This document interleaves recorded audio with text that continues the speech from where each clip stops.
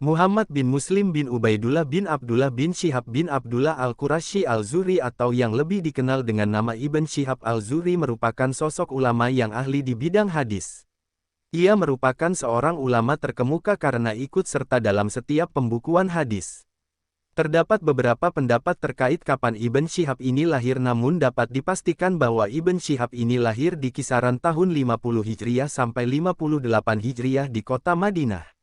Selain menjadi seorang ahli hadis, Ibn Syihab ini pula merupakan seorang penulis sejarah. Namun yang membedakan Ibn Syihab dengan ulama penulis sejarah lainnya adalah karena Ibn Syihab menggunakan setiap rujukan yang dilandaskan dari setiap peristiwa sejarah Rasulullah SAW.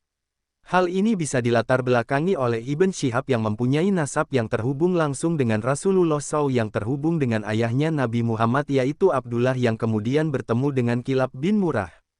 Hidup di masa Islam yang sedang dalam masa keemasan membuat Ibn Syihab ini bertemu dengan Anas bin Malik, Abdullah bin Umar dan juga Jabir bin Abdullah yang merupakan para sahabat Rasulullah SAW. Selain menuntut ilmu dari para sahabat Nabi tersebut, Ibn Syihab juga menuntut ilmu kepada Sa'id bin Musayyib yang merupakan seorang tabi'in besar, Urwah bin Zubair dan juga Ali bin Husain. Berangkat dari ayahnya yaitu Muslim bin Ubaidillah yang juga merupakan seorang perawi hadis yang terpercaya, membuat Ibn Syihab pun tertarik untuk mendalaminya sehingga sampailah ia menjadi seorang ulama terkemuka atas ikut sertanya ia dalam pembukuan hadis. Pembukuan hadis ini pada awal mulanya bermula saat Umar bin Abdul Aziz pada masa kekhalifahan memiliki kesadaran bahwa hadis-hadis Rasulullah SAW perlu dikumpulkan dan dijadikan sebuah satu kesatuan. Karena hal inilah Umar menunjuk Ibn Syihab untuk mengerjakan pengumpulan tugas tersebut. Ibn Syihab menulis hadis-hadis tersebut pada lembaran-lembaran yang kemudian dikumpulkan dan hasil dari pembukuan tersebut disebarkan ke setiap wilayah Muslim. Selain dikenal sebagai ulama yang membukukan hadits Rasulullah, Ibn Syihab ini juga dikenal sebagai ulama yang memiliki daya hafal yang sangat kuat.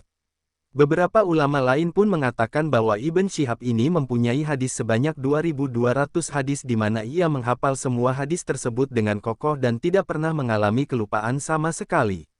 Selain hafal 2.200 hadis, diketahui pula bahwa Ibn Syihab Al-Zuhri ini pula merupakan seorang penghafal Al-Quran, di mana beliau hanya membutuhkan waktu 80 hari untuk bisa menghafal 30 juz ayat-ayat Al-Quran. Abu Abdirrahman Ibn Abu Zinad mengatakan bahwa setiap melakukan perjalanan dengan tujuan pencarian ilmu, Ibn Syihab selalu membawa kertas bersamanya. Hal ini ia lakukan untuk mencatat setiap ilmu yang ia dapatkan.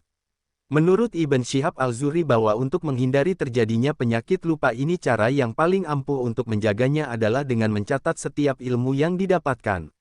Ibn Syihab Al-Zuhri ini merupakan sosok yang dikenal sangat dermawan dan juga sangat memuliakan guru-gurunya. Sampai pada akhirnya di tahun 124 pada usianya yang ke-75 tahun Ibn Syihab Al-Zuhri ini menutup usianya pada 17 Ramadan di Syib Zabat salah satu daerah di kota Syam.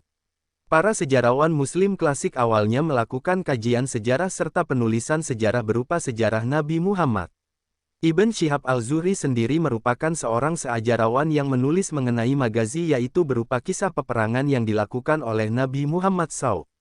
Kisah sejarah yang ditulis oleh para sejarawan serta ulama klasik pada masa ini sangat dikenal karena isinya yang sangat jelas, jujur dan teliti dalam setiap penyampaiannya. Penulisan magazi ini dilakukan dengan pengumpulan hadis sejarah yang beredar pada masa tersebut. Hal ini sejalan dengan apa yang dilakukan oleh Ibn Syihab Al-Zuhri di mana ia melakukan pengumpulan hadis yang kemudian dibukukan untuk dijadikan koleksi serta data penting para tabi petik terbalik UN. Namun sangatlah disayangkan bahwa karya magazi Ibn Syihab Al-Zuhri ini pada zaman sekarang sudah tidak ditemukan, begitu pula dengan para ulama penulis sejarah pada masa klasik lainnya. Wallahu a'lam.